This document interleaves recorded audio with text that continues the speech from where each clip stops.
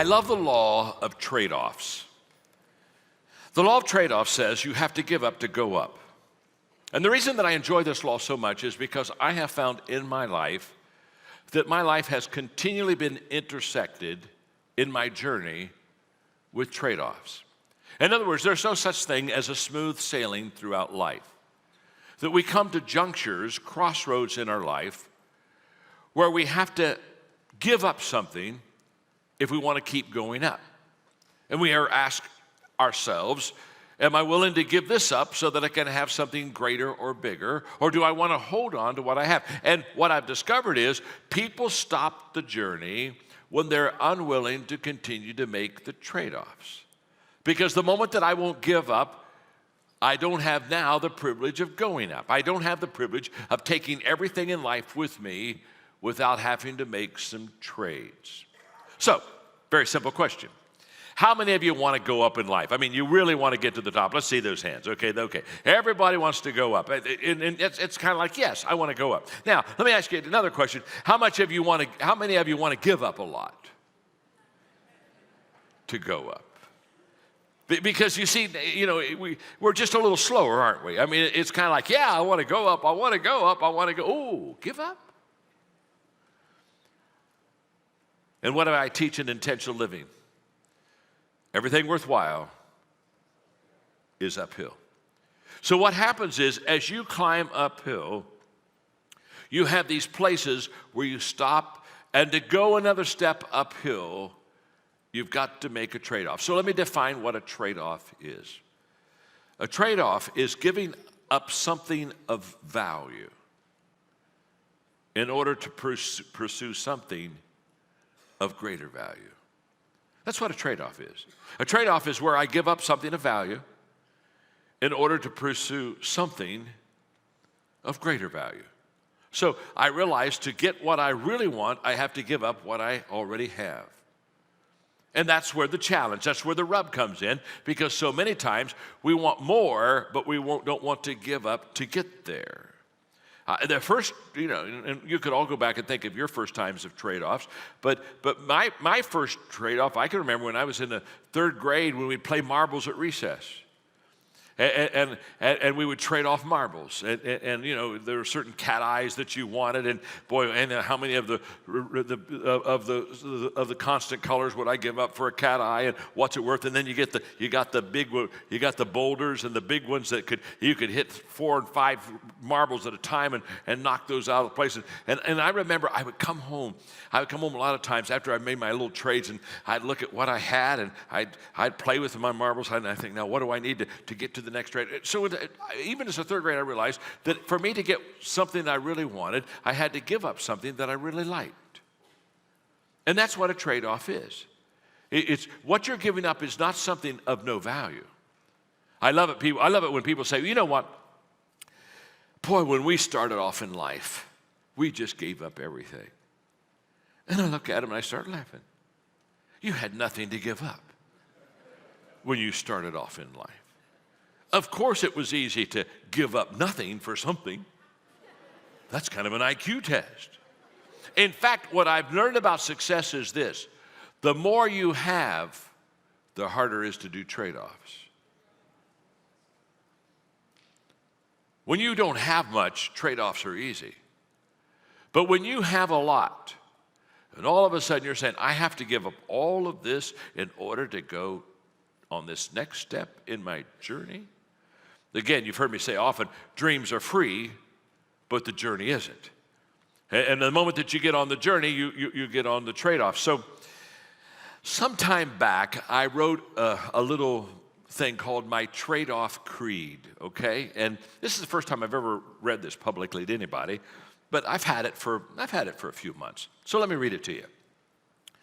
The value of trade-offs is not to endure them. The goal is to become better because of them. When I go through change, it is because I'm passive. I accept it as inevitable. So I sigh and say, "Phew, I hope this comes out all right." When I grow through change, I become active. Now, did you get the difference? Are you going through change, or are you growing through through change. If I go through change, I'm passive, and I basically kind of sigh, and I say, okay, wow, I hope it all comes out all right. That's going through change. But when I grow through change, I become active. I can take control of my attitude. I take control of my emotions. Years ago, I determined that while others may lead small lives, I would not. While others would become victims, I would not. While others will leave their future in someone else's hands, I will not. While others go through life, I will grow through life. That is my choice, and I will surrender it to no one. And because I understand and live and embrace my trade-off creed, I realize that every time I come to another trade-off, I've got to pull this out again, and I've got to realize that for me to go up, I not only have to give up, for me to go up, I have to grow up. And what I've learned is maturity comes from making good trade-offs over a period of time. That's when you begin to develop a maturity and a stability and a consistency that allows you to be and live a successful life. And so why am I so passionate today about trade-offs? Very simple. Trade-offs have taken me up the journey, the uphill journey, probably more and better than anything else. So I'm going to give you some examples of trade-offs I've had to make. And this is just to connect with you, because you're going to have examples too, but I'll just give you a few. For example,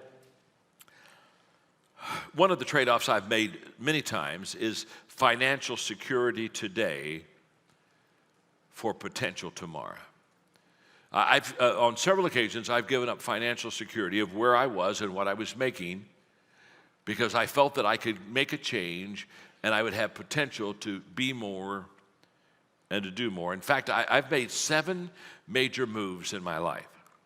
7 of them.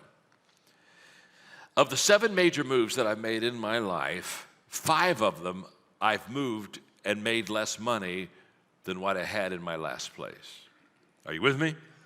In other words, it wasn't an upward move. People say, oh, are you going to do better financially? No, I'm going to do worse financially. And they said, well, then why are you making this change? It's because I'm trading financial security today for financial potential tomorrow.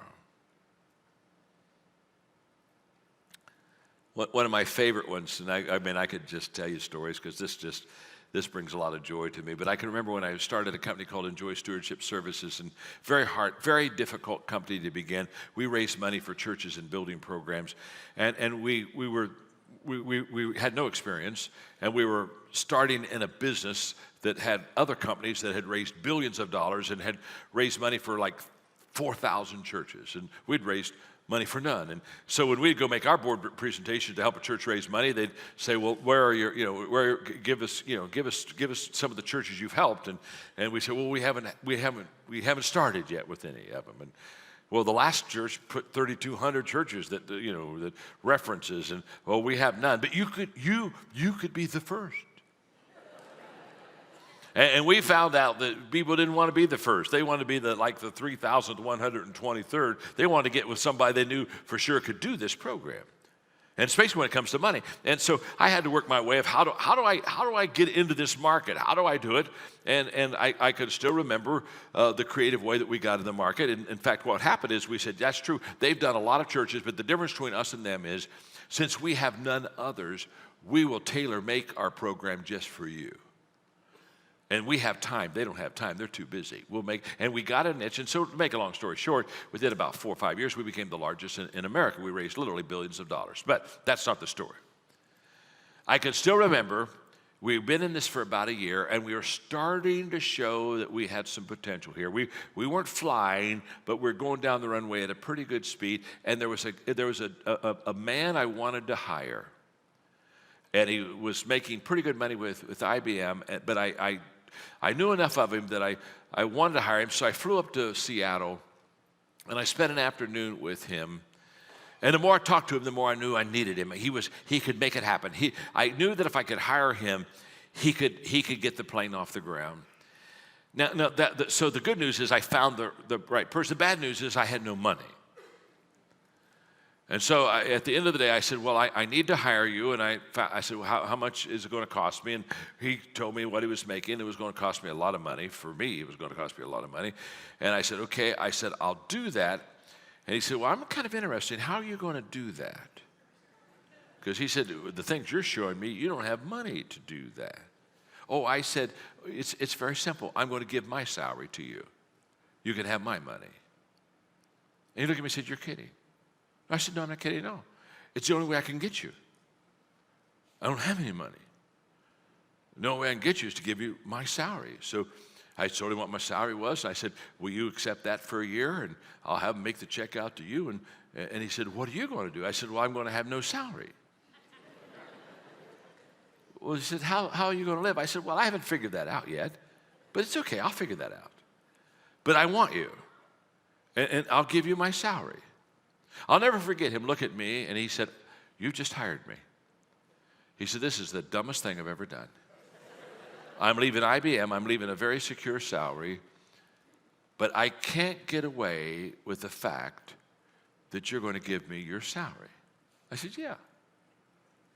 I said, that's the only way I can get you. He said, I just kind of want to work for a person that would give up their salary for me. I said, well, you got it. And so I called my wife, Margaret, and she's,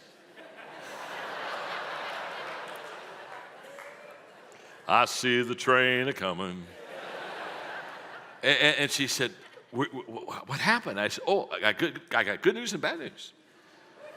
I said, the good news is we hired him. Oh, she said, that is so good. I'm so happy. She said, what's the bad news? I said, I gave up my salary. And it got real quiet. She said, that's very bad. I said, I know. But trust me, he's so good, I'll get my salary back in about 4 months. I just got to figure out how to live for 4 months.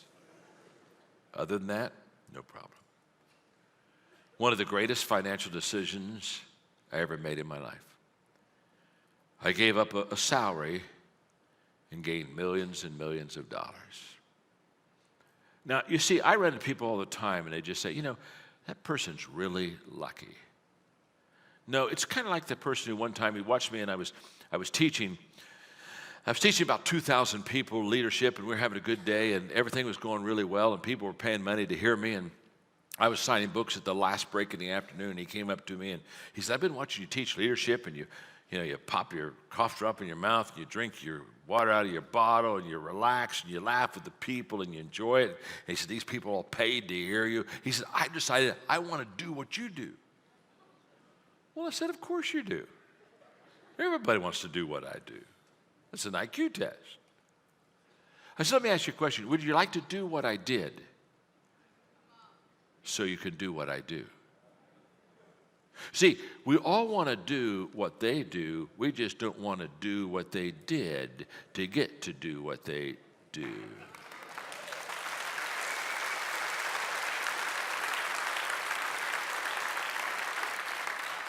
Oh, I forgot to say, after Margaret was silent on the phone for a few moments, she said, oh, kind of like you did a few years ago when you wanted to hire a youth pastor and you gave up your salary. Yeah, I've done that before. And I've done it after. You see, I understand what trade-offs will do. And I've never let money control the trade-off. Another trade-off I've made is I've traded off comfort for legacy. Because just a few years ago when I was 64, 5 years ago, I was done. I mean, when I say I was done, I was set. I was telling everybody, give me a couple more years and we're going to wrap this baby up. And I'm in good shape. And then I met Paul Martinelli at the John Maxwell, who now oversees the John Maxwell team. And he said, you ought to start a coaching company. And I didn't want to start it. I mean, you mean start a coaching company? I mean, I don't need a coaching company. I'm okay. I was getting ready I can play golf. I mean, hello, it's I mean, I can not only retire, I can retire early. I don't need any more money. I'm good. I mean, hello, I've sold 27 million books. Do the math. I'm going to make it. How are we doing? See, the higher you go, the tougher the trade-offs. And I said, okay, I'll give up retirement and having everything I got and want to start another organization. I'm so glad I did. I'm telling you, there isn't a golf shot in this world that could make up for the John Maxwell team. I've never played a round of golf that's as good as watching lives being changed and coaches being certified, and now we got 13,000 of them in 140 countries around the world. I mean, hello, hey. And I almost missed it for a silly thing like retirement. Oh my gosh, I could be living today like other retired people who are getting up in the morning trying to figure out what they're going to do, and the biggest event that's going to happen to me today is I have a 10:33 tea time.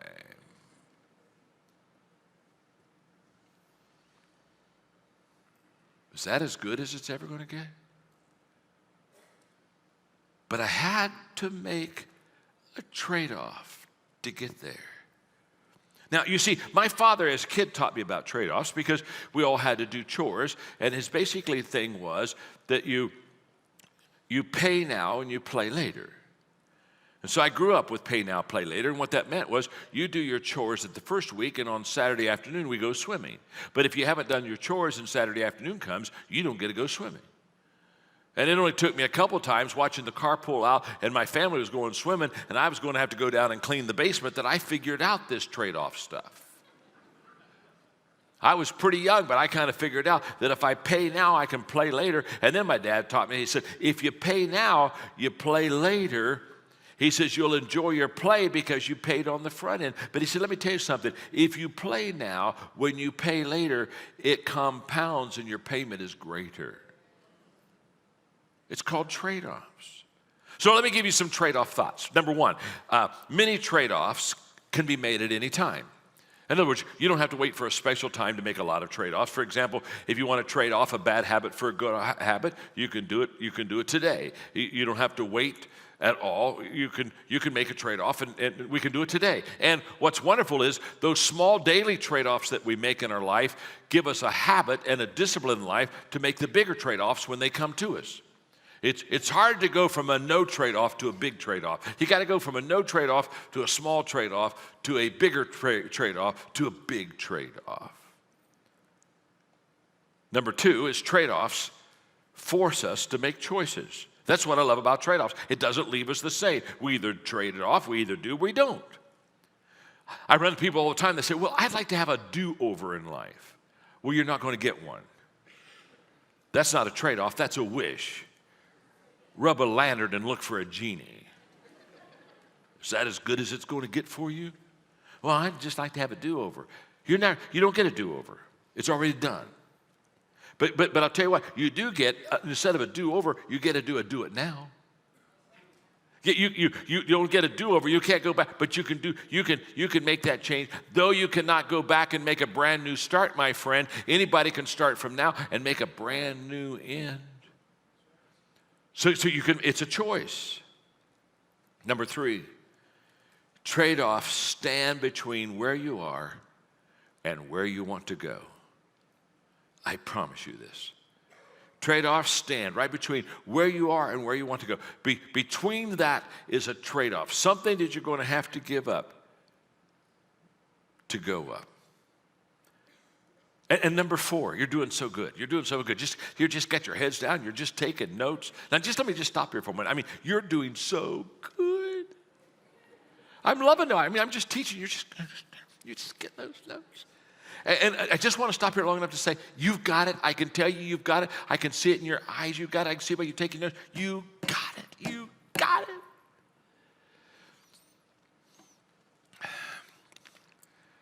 Now, I am a little concerned about the person on your left.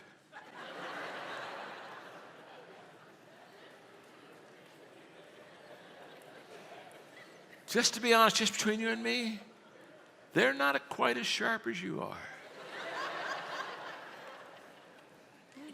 No, don't look at him. Don't look at him. Some of you come on. Some of you are looking right. Some of you say, that's right, yeah. Oh, yeah, well, I've kind of been, yeah. Now, it's okay. It's okay. Just look at him and smile and say, I'll help you. Tell him that. I'll help you. I'll help you. I'll help you. Every once in a while, just slip your notes over there for them to take good notes for you. Are you with me? Just slip them over there to kind of help you. Number 4, the pain. The pain is felt before the gain is realized. What makes trade-offs so hard is you feel pain on the front end, you only get gain on the back end. I'll never forget my daughter-in-law Liz sent me a picture one day when our youngest grandson James, at that time he was 3 years old, and he loved his blankie. Everywhere he went, he had his blankie in his thumb. Boy, and I mean, that was his security, and he loved his blankie. But every once in a while, I mean, after a while, that blankie gets dirty, and Mom's got to take the blankie away and wash it and dry it. And it was his most traumatic time of the week. And she sent me a picture, literally, of James sitting by the dryer with his legs crossed and his fist on his face, and he's just crying big tears, just waiting for his blankie to get dry so he can have it again. And I looked at it and I said, you know what? That's the way trade-offs are. We have to give up our blankie. We have to give up the thing that makes us secure, that gives us peace. And in that whole process, there's a front-end payment that you feel the pain before you ever get to the gain. And so sometimes we just say, I don't want to do that. I can't do that. And so we don't trade off sometimes, not because it's not a wise decision, but because the pain on the front end is not worth it. I was just talking to Heather Moyse on the phone the other day. She's one of our John Maxwell team coaches. She's a gold medal Olympic bobsledder out of Canada, and she's a great lady. And she went to the Antarctica on a trip with about 30 other people to go clear out to the point. And oh my gosh, I mean, she sent me pictures of her face just ice. And I said, Heather, why would you do that? She said, well, because she said, I wanted to reach that goal. That's a goal of mine, and I wanted to tell her, let me give you some good goal-setting thoughts. But then what she said was this. She said, John, every day, I think it took him like 38 days. Every day I wanted to quit. Every day I wanted to quit. And that's that pain process. Now what I want you to catch is, number 5, the higher you climb, the tougher the trade-offs. That's just a fact. The higher you climb, the tougher the trade-off. In fact, Henry Thoreau said, the price of anything is the amount of life you exchange for it. And at 69, I'm saying, how much time do I have to give up for that? Because my time's getting less. And Henry Kissinger said, each success only buys an admission ticket to a more difficult problem. You see, at the bottom, when we're at the bottom,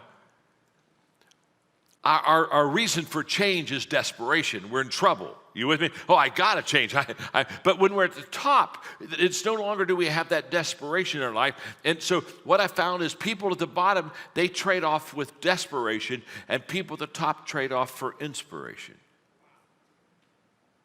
And both trade-offs are legitimate, but one is out of a negative, I've got to get out of this, and the other is out of a positive, I want more of this.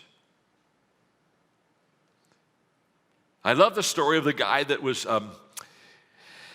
his story was this way. He kind of was on what I would call the prosperity circuit. Now, this is for people of faith. If you don't have any faith, just relax, take a pill. It's a fun story.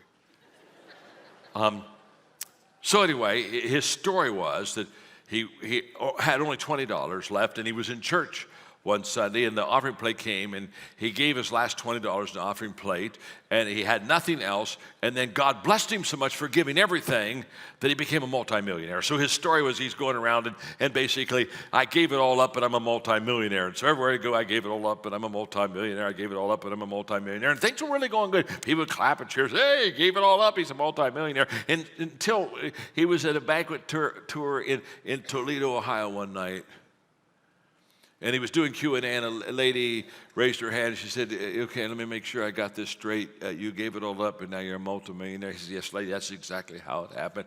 She said, then I have a question. She said, what's your question, ma'am? She said, would you like to do it again?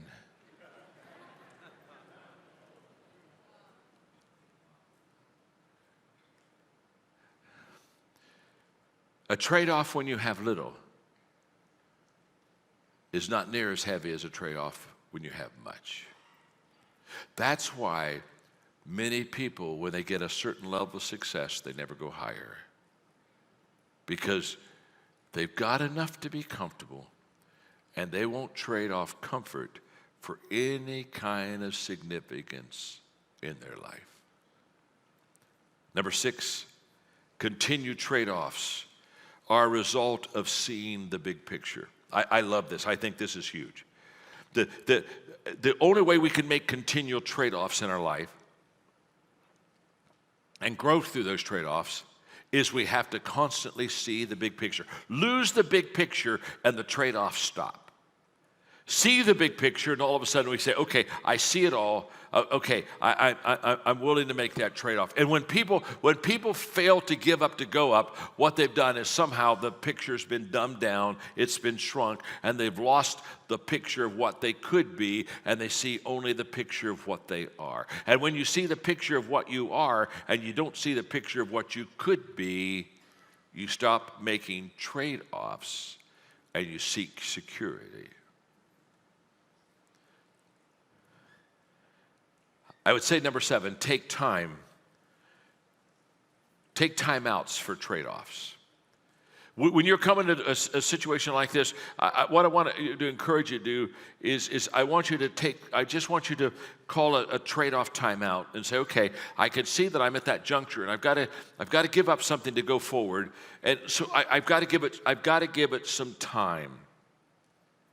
And let me just tell you how I do it, because I've done this many times. In fact, I have made 19 major trade-offs in my life. I mean, major trade, not minor ones, major trade-offs. And I have filters that when I have to do a trade-off, I take it through a filter. And the first filter I take my trade-off through is my values filter. I look at what I have to give up, and I ask myself very simply, does this in any way depreciate the values that I have? Because I'm not willing to trade off if I lose my values. They're not for sale, and they're not for trade. So I've got to ask myself, okay, is this going to violate the values? If this is going to violate the values, then I'm not going to make that trade-off. And there have been times when I've said, well, in fact, I'll give you an example. Many years ago, 18 years ago, I just started our nonprofit organization, Equip, and we were just getting launched, and we were just kind of a promise. We weren't anything but a promise, but we were a promise of what we perhaps could be. And then I made that decision to resign the pastorate and go into this kind of work and to get into more of a business secular society where I could be salt and light in a world that maybe did not know God, and perhaps I could do more for the big kingdom than staying with a bunch of Christians. And so I made that transition. I'll never forget, we had a businessman who had come to me, and he loved what we were doing. He said, John, I'm going to give you a $1 million gift to help you launch Equip. And I mean, $1 million that was more than all the money we'd taken in, and $1 million was a lot of money. And when I made that decision to leave the pastorate and to do what I'm doing now, he called me on the phone. I'll never forget the call. I could take you right to where I was sitting when he called me and said, I heard this. Is this true? Yes, it is true. He said, I don't think that's a good decision. He said, I think you're leaving the ministry. I said, no, I'm not leaving the ministry. I'm kind of going to the ministry, to be honest with you. I'm just leaving the people who have always been in the ministry. I'm not going to be singing with a choir doing kumbaya every week. You understand? And I'm trying to help him understand. He had an understanding.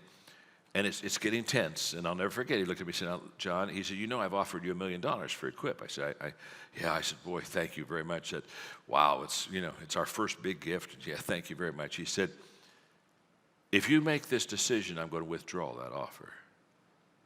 And I said, "You're kidding me." He said, "No, I'm not kidding you at all."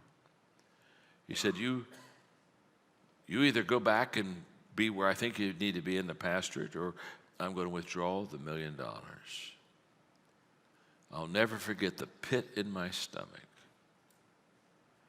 as I said, "I'm going to have to let you keep the $1 million."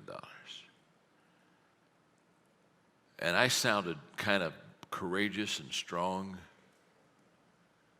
And I hung up that phone, and I laid on that carpet, and for 15 minutes I bawled like a baby. It was $1 million. And by the way, never got it. He never came back. Never said, "You were right. Let me now give you some money." Lost that forever. But I wasn't about to trade my values for $1 million. Now, what I'm saying is, the higher you go, the tougher the trade-offs. But the flip side of it is,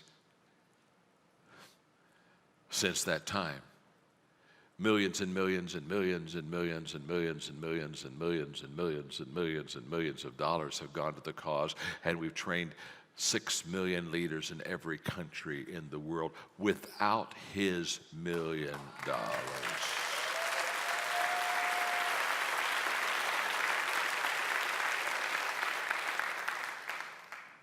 That gave me an amazing boldness. So when anybody ever comes now and says, "Boy, John, if you, I will give you," I say, "Oops, excuse me. There was a time I thought I needed you, but now I know I don't. And if there are going to be conditions, it's okay. Blessings. You have my blessings. Go your way, my friend." And I learned there, you just don't trade in your values for anything. Those are yours. Those are who you are. So in 52 years of making trade-offs, they're never easy. They always stretch me. And they really have made me the person that I am today.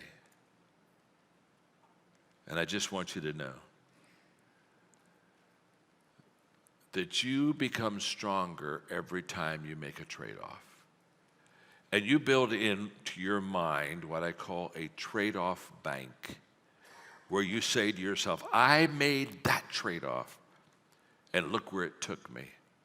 So I'm willing again to make the next trade-off, because I know it will take me further up the road." Does that make sense to you? Every one of you have trade-offs now in your life. So remember, you have to give up to go up. You have to grow up to go up. But you grow up through the give up. When you give up to go up, you quickly grow up and mature. And you're willing to go up to that very next level. I challenge every one of you. I challenge you. I challenge myself. I'm not done making trade-offs. There's one that I just made in the last few months that's too close, too personal yet. I don't want to go there, but I just made a huge trade-off in my life. And what's beautiful is this. Once you make that trade-off,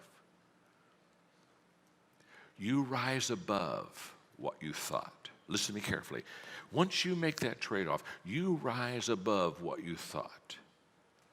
And instead of what you thought, you get a confidence and a security. And now it's not "I thought," it's "I know."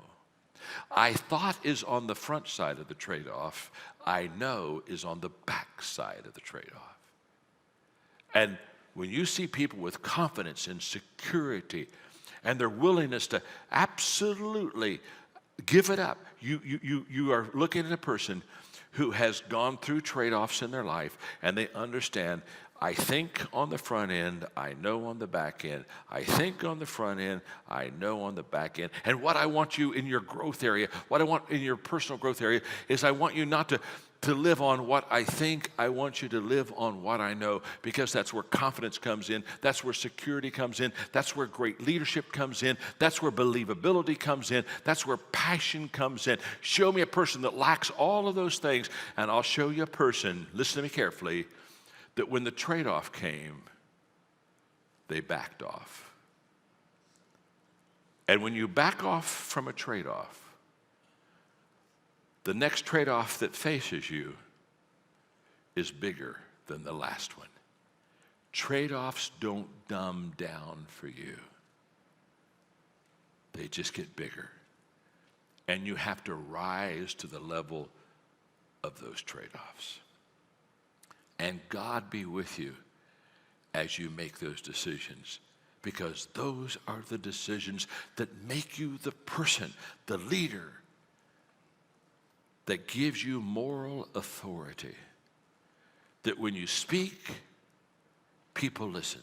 Not because of title, not because of position, but because you have made the trade-offs.